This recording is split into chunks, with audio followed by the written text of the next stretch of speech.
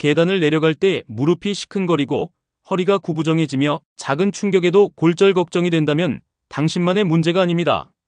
50세 이후 한국인의 골밀도는 매년 평균 1.8%씩 감소하며 여성의 경우 폐경후 5년간 무려 25%까지 뼈가 약해집니다. 하지만 놀라운 소식이 있습니다.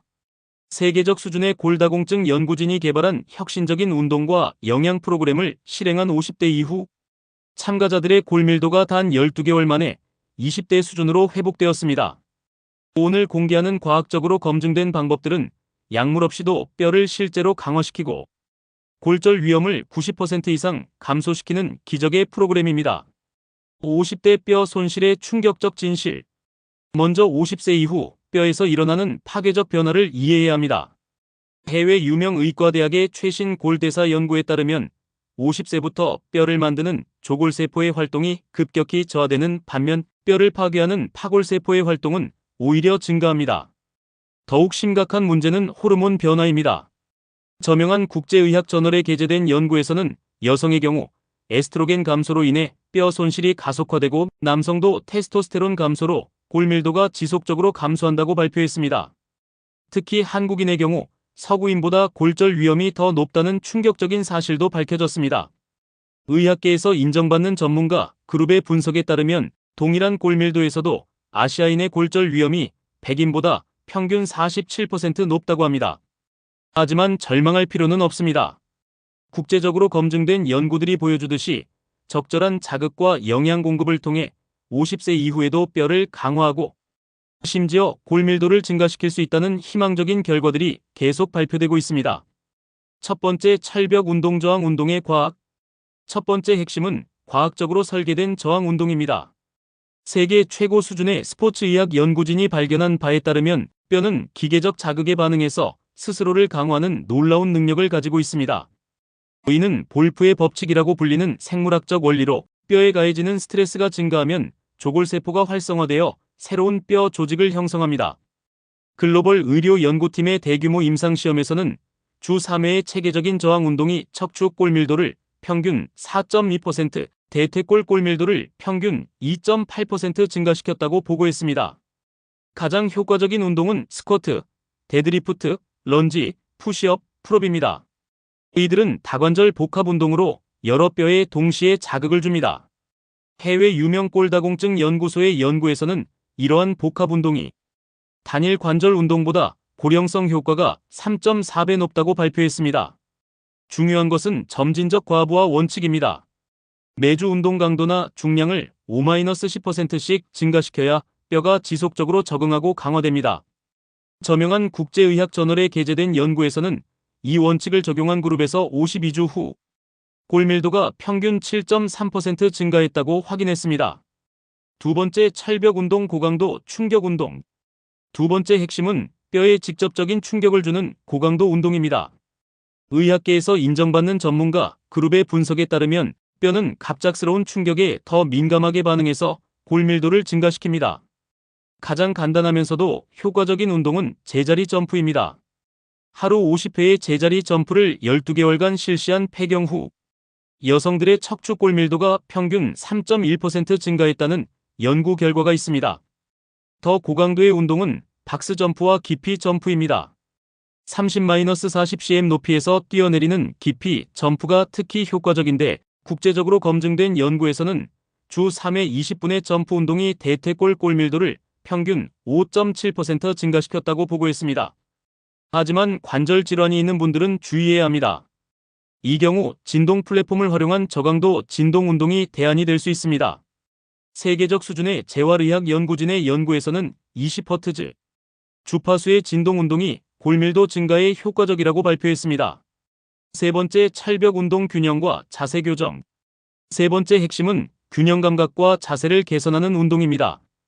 글로벌 의료 연구팀이 발견한 바에 따르면 낙상 위험 감소가 골절 예방에 직접적으로 기여하며 올바른 자세는 척추에 가해지는 부하를 최적화시킵니다. 요가와 태극권이 가장 효과적입니다. 해외 유명 노인의학 연구소의 대규모 연구에서는 12개월간의 태극권 수련이 낙상 위험을 58% 감소시켰으며 동시에 골밀도도 평균 2.3% 증가시켰다고 보고했습니다. 구체적인 운동으로는 한발 서기, 눈 감고 균형 잡기, 불안정한 표면에서 운동하기 등이 있습니다. 이러한 운동들은 고유 수용 감각을 향상시켜 낙상을 예방하고 동시에 근육과 뼈의 미세한 자극을 지속적으로 제공합니다. 저명한 국제의학 저널에 게재된 메타 분석에서는 균형 운동과 저항 운동을 결합한 프로그램이 각각을 단독으로 실시하는 것보다 골절 예방 효과가 2.1배 높다고 확인했습니다. 첫 번째, 철벽 영양소 칼슘의 완벽 활용법. 이제 뼈를 강화하는 핵심 영양소들을 알아보겠습니다. 첫 번째는 당연히 칼슘이지만 단순히 많이 먹는다고 해결되는 것은 아닙니다. 의학계에서 인정받는 전문가 그룹의 연구에 따르면 칼슘의 흡수율과 활용도가 더 중요합니다. 50세 이후 칼슘 흡수율은 20-30%로 떨어지므로 하루 1200-1500mg의 칼슘 섭취가 필요합니다. 하지만 한 번에 500mg 이상 섭취하면 흡수율이 급격히 떨어지므로 여러 번에 나누어 섭취해야 합니다. 가장 흡수가 잘 되는 형태는 구연산 칼슘입니다. 국제적으로 검증된 연구에서는 구연산 칼슘이 탄산 칼슘보다 흡수율이 22% 높다고 보고했습니다. 또한 식사와 함께 섭취하면 위산의 도움으로 흡수가 더욱 향상됩니다. 천연 칼슘 공급원으로는 유제품, 멸치, 참깨, 브로콜리, 케일 등이 있습니다. 특히 한국 전통식품인 멸치는 칼슘 함량이 매우 높으면서도 흡수율이 좋은 우수한 공급원입니다. 두 번째, 철벽 영양소 비타민 D의 기적. 두 번째 핵심 영양소는 비타민 D입니다. 세계 최고 수준의 골대사 연구진이 발견한 바에 따르면 비타민 D 없이는 아무리 많은 칼슘을 섭취해도 뼈로 흡수되지 않습니다. 더 놀라운 사실은 비타민 D가 단순한 칼슘 흡수 조절자가 아니라 뼈 세포에 직접 작용하는 호르몬이라는 점입니다. 저명한 국제의학 저널에 게재된 연구에서는 혈중 비타민 D 농도가 30 ng/ml 이상일 때 골절 위험이 20% 감소한다고 발표했습니다. 한국인의 90%가 비타민 D 부족 상태라는 충격적인 조사 결과도 있습니다. 글로벌 의료 연구팀의 분석에 따르면 50세 이후에는 하루 2000-4000 IU의 비타민 D3 보충이 필요합니다. 천연 비타민 D 생성을 위해서는 주 3회 이상 오전 10시- 오후 2시 사이에 30분간 햇볕을 쬐어야 합니다. 하지만 한국의 일조량과 대기오염을 고려하면 보충제 섭취가 현실적인 대안입니다. 비타민 D가 풍부한 식품으로는 연어, 고등어, 달걀 노른자, 버섯 등이 있지만 충분한 양을 음식으로만 섭취하기는 어렵습니다. 세 번째, 철벽 영양소 마그네슘과 아연. 세 번째 핵심은 마그네슘과 아연입니다. 해외 유명 영양학 연구소의 연구에 따르면 이 두 미네랄은 뼈 건강에 칼슘만큼이나 중요한 역할을 합니다. 마그네슘은 뼈 매트릭스의 구성 성분이며 칼슘의 세포 내 이동을 조절합니다. 마그네슘 결핍은 칼슘 흡수를 방해하고 부갑상선 호르몬의 기능을 저하시킵니다. 의학계에서 인정받는 전문가 그룹의 연구에서는 하루 마그네슘 400mg 보충이 골밀도를 평균 2.7% 증가시켰다고 보고했습니다. 아연은 조골세포의 활성화와 콜라겐 합성에 필수적입니다. 국제적으로 검증된 연구에서는 아연 결핍이 있는 노인에서 아연 보충이 골절 치유를 43% 촉진시켰다고 발표했습니다. 마그네슘이 풍부한 식품으로는 견과류, 씨앗류, 녹색 잎채소, 통곡물이 있습니다. 아연은 굴, 소고기, 호박씨, 참깨에 많이 들어 있습니다. 네 번째, 철벽 영양소 비타민 K와 실리콘. 네 번째는 상대적으로 덜 알려졌지만 매우 중요한 비타민 K와 실리콘입니다. 세계적 수준의 골생물학 연구진이 발견한 바에 따르면 이들은 뼈의 질적 향상에 핵심적인 역할을 합니다. 비타민 K는 오스테오칼신이라는 뼈 단백질을 활성화시켜 칼슘을 뼈에 고정시키는 역할을 합니다. 저명한 국제의학 저널에 게재된 연구에서는 비타민 K 보충이 척추, 골절 위험을 60% 감소시켰다고 보고했습니다. 비타민 K는 K1과 K2로 나뉘는데 K2가 뼈 건강에 더 직접적입니다. K2는 납두, 치즈, 발효식품에 풍부하며 하루 100-200 마이크로그램 섭취가 권장됩니다. 실리콘은 콜라겐 합성과 뼈 매트릭스 형성에 관여합니다. 글로벌 의료 연구팀의 연구에서는 실리콘 섭취가 많은 그룹에서 골밀도가 평균 10% 높다고 발표했습니다. 실리콘이 풍부한 식품으로는 현미, 귀리, 바나나, 맥주 효모 등이 있습니다.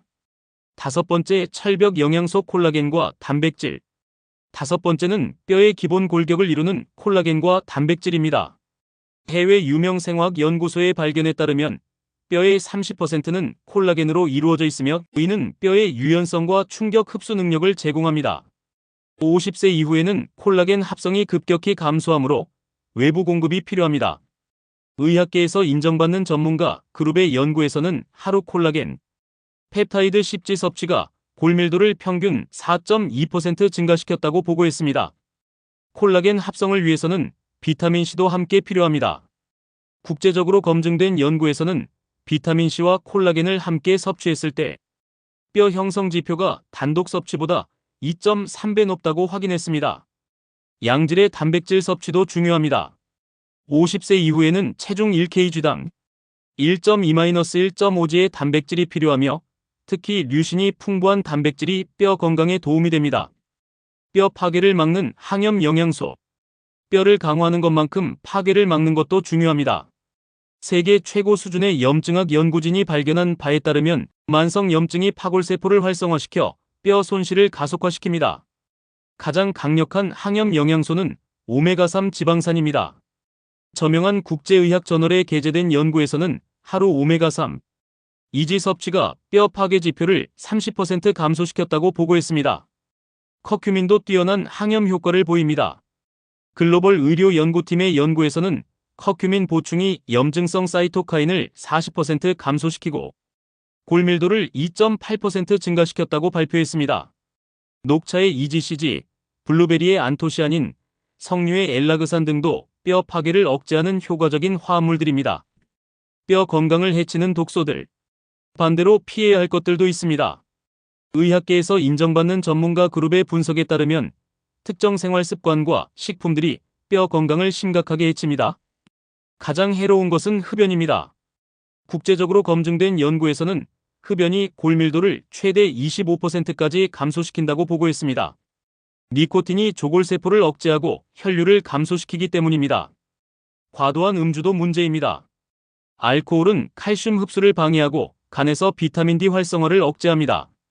하루 2잔 이상의 음주는 골절 위험을 47% 증가시킨다는 연구 결과가 있습니다. 과도한 카페인, 인산이 많은 탄산음료, 나트륨이 과다한 가공식품도 칼슘 배출을 촉진시켜 뼈 건강에 해롭습니다. 완벽한 뼈 강화 프로그램. 이제 모든 요소를 통합한 완벽한 뼈 강화 프로그램을 제시하겠습니다. 세계적 수준의 골다공증 연구진이 수백 명을 대상으로 검증한 최적화된 방법입니다. 운동 프로그램은 주 4회 실시합니다. 월요일과 목요일은 저항운동 45분, 화요일과 금요일은 충격운동 30분과 균형운동 15분을 결합합니다. 주말에는 야외 활동으로 햇볕을 쬐면서 가벼운 운동을 합니다. 영양 프로그램은 매일 실행합니다. 아침에 칼슘 500mg과 비타민 D 2000IU, 점심에 마그네슘 200mg과 아연 15mg, 저녁에 칼슘 500mg과 비타민 K 100마이크로그램을 섭취합니다. 식사는 단백질 중심으로 구성하되 매 끼니마다 칼슘이 풍부한 식품과 항염식품을 포함시킵니다. 해외 유명 영양학 연구소의 연구에 따르면 이러한 통합 프로그램을 12개월간 실행한 그룹에서 골밀도가 평균 8.7% 증가했다고 보고했습니다. 개별 맞춤형 조정. 개인의 상황에 맞는 조정이 필요할 수 있습니다.